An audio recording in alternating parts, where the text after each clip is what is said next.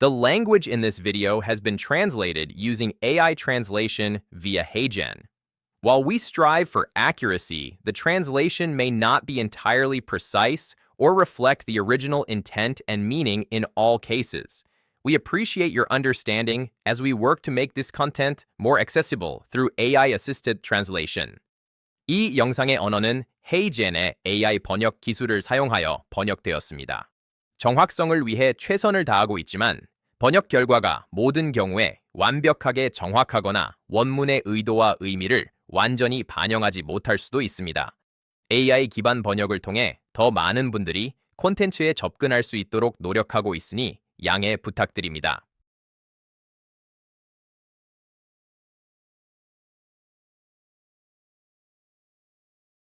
안녕하세요. 제 이름은 에릭 자모아입니다.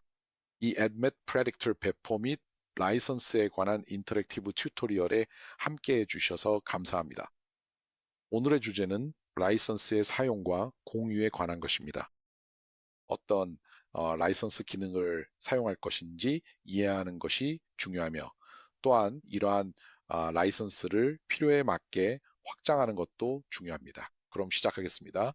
이 소프트웨어를 사용하여 라이선스를 체크인하고 체크아웃하는 다양한 메커니즘에 대해 살펴보겠습니다. 여기에서 Admet Predictor를 5개 세션 열어두었습니다.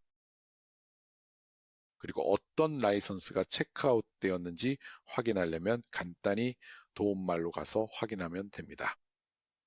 라이선스 상태에 보기 옵션을 찾으세요. 이렇게 하면 실제로 Admet Predictor 세션을 여는 것만으로는 라이선스가 소모되지 않는다는 것을 알 수 있습니다. 이 라이선스 상태 창에는 여러 가지 정보가 표시됩니다. 여기에는 Admet Predictor와 관련된 다양한 라이선스 기능들이 나열되어 있습니다. 모든 항목은 AP 언더스코어로 시작합니다. 이것들은 모두 Admet Predictor와 관련이 있습니다. 총계는 라이선스가 부여된 전체 사용자 수를 의미합니다. 사용 가능열은 현재 여러분이 사용할 수 있는 라이선스 수를 나타냅니다. 이미 사용 중인 라이선스나 네트워크 라이선스를 사용하는 경우 네트워크 내 다른 사용자가 사용 중인 라이선스에 따라 달라질 수 있습니다. 네 번째 열은 만료 날짜를 나타냅니다. 이것도 중요할 수도 있겠지만 지금은 이 라이선스 기능의 사용에 집중해 보도록 하겠습니다. 그래서 다시 말씀드리면 지금은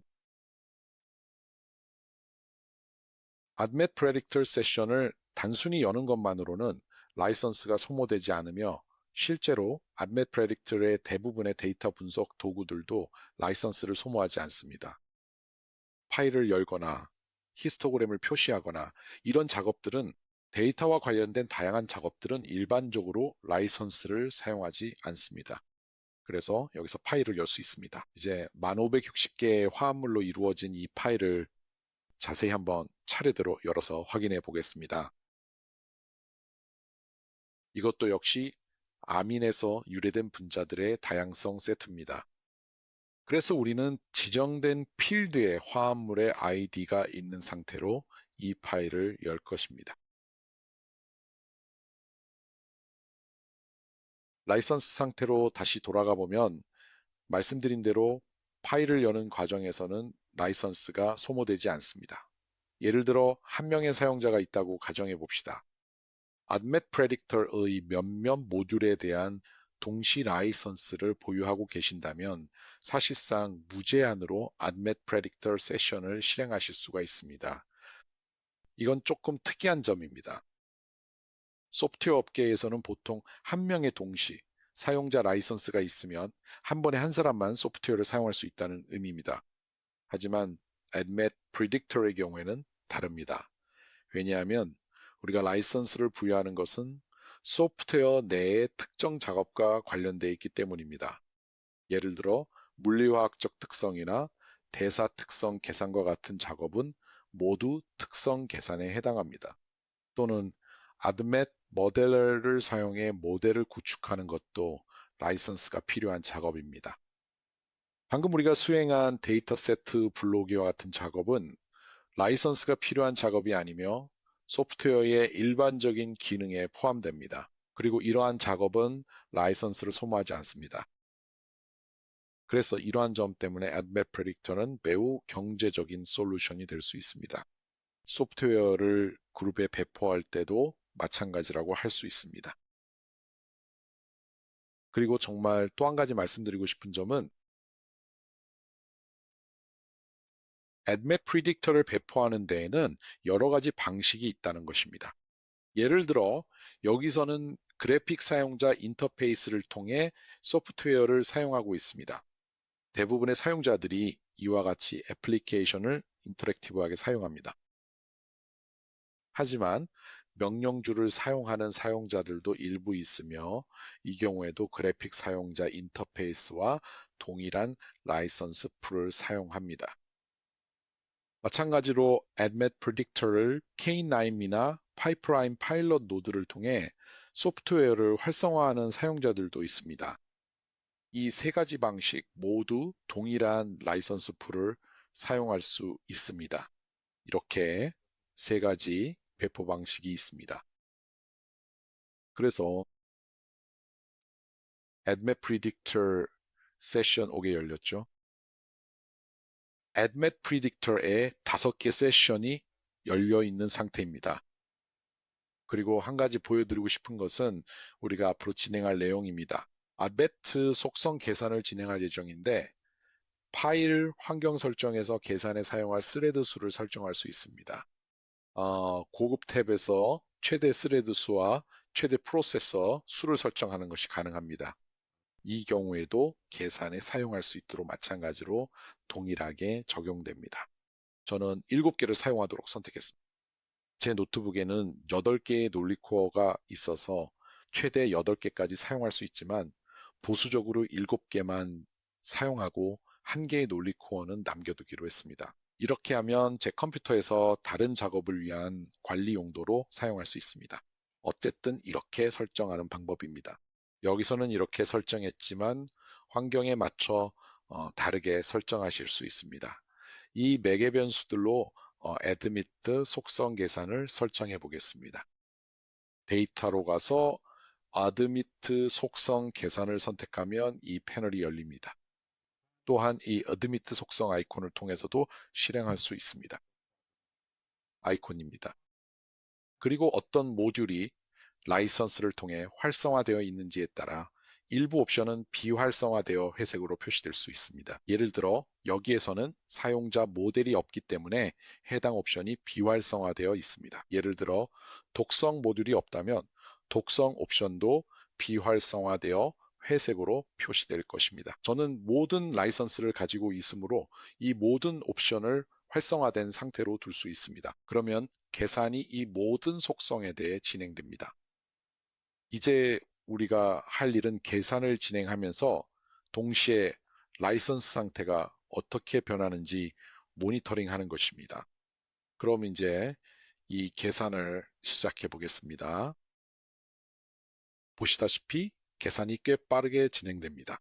초당 거의 200개의 화합물 속도로 매우 빠르게 진행되고 있는 상황이므로 예를 들어 이 패널로 신속하게 이동해 보도록 하여 마찬가지로 도움말 메뉴에서 현재의 라이선스 상태가 어떤지 확인해야 할 것 같습니다. 그럼 이전에 했던 것처럼 라이선스 상태를 다시 한번 확인해 보겠습니다. 그러면 우리가 현재 계산하고 있는 속성들에 대해 일정 수의 라이선스 기능이 정상적으로 체크아웃된 것을 볼 수 있습니다. 해당 속성의 대사, 메타보리즘, 과정을 포함하고 있으므로 이와 관련된 대사 라이선스가 현재 체크아웃된 상태인 것을 확인할 수 있습니다. 우리가 라이선스를 보유한 총 3개 중에서 이제 2개만 남아 있습니다. 마찬가지로 피스캄 속성도 계산하고 있습니다. 3개 중에서 2개만 남아 있으니 하나를 사용하고 있는 셈입니다. 다시 말해 이 계산을 7개의 스레드에서 수행해도 라이선스는 하나만 사용됩니다. 이 점이 참 좋죠. 사실 이건 꽤 괜찮은 점입니다. 이 라이선스 상태 패널에서는 누가 이 기능을 사용하고 있는지도 보여줍니다.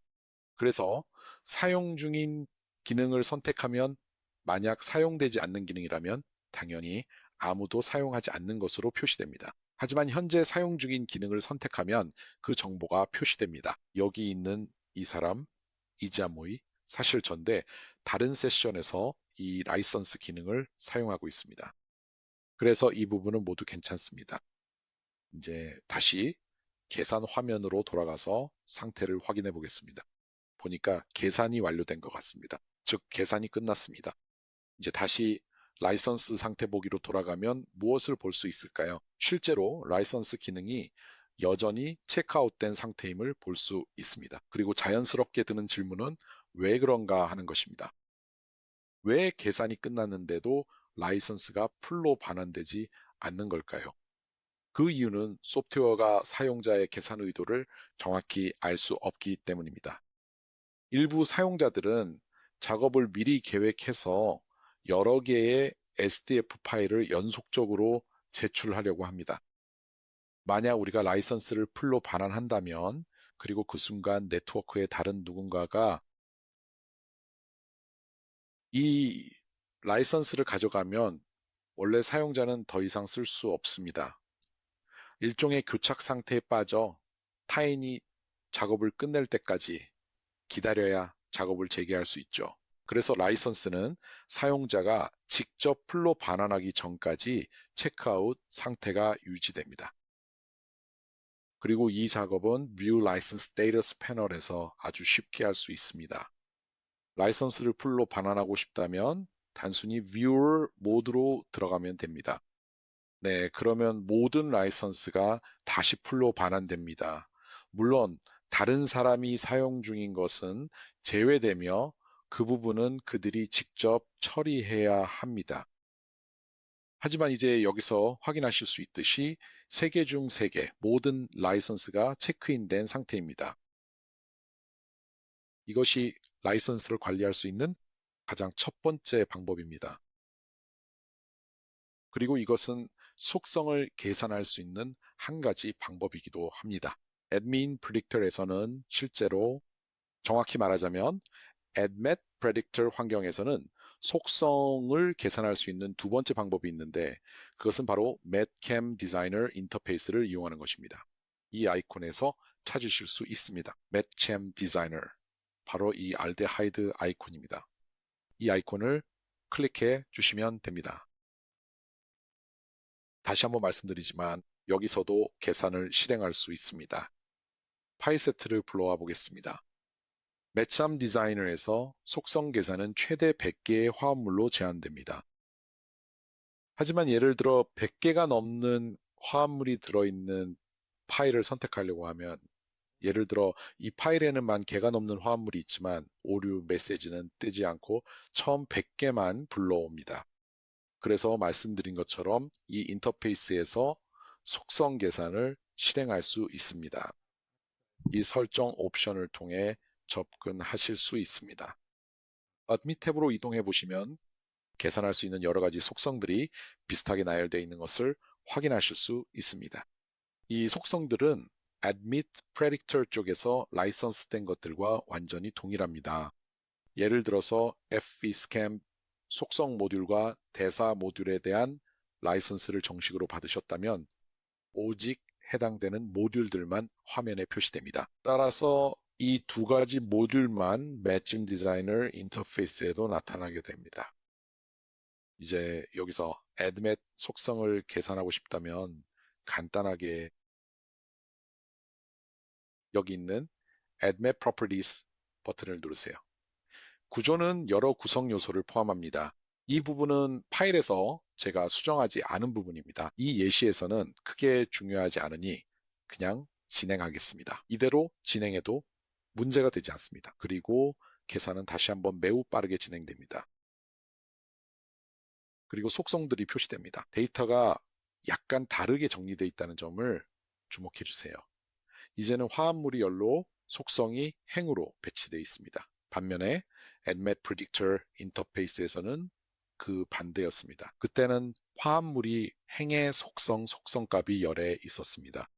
여기서 한 가지 특별히 주목해 주셨으면 하는 중요한 점이 있습니다.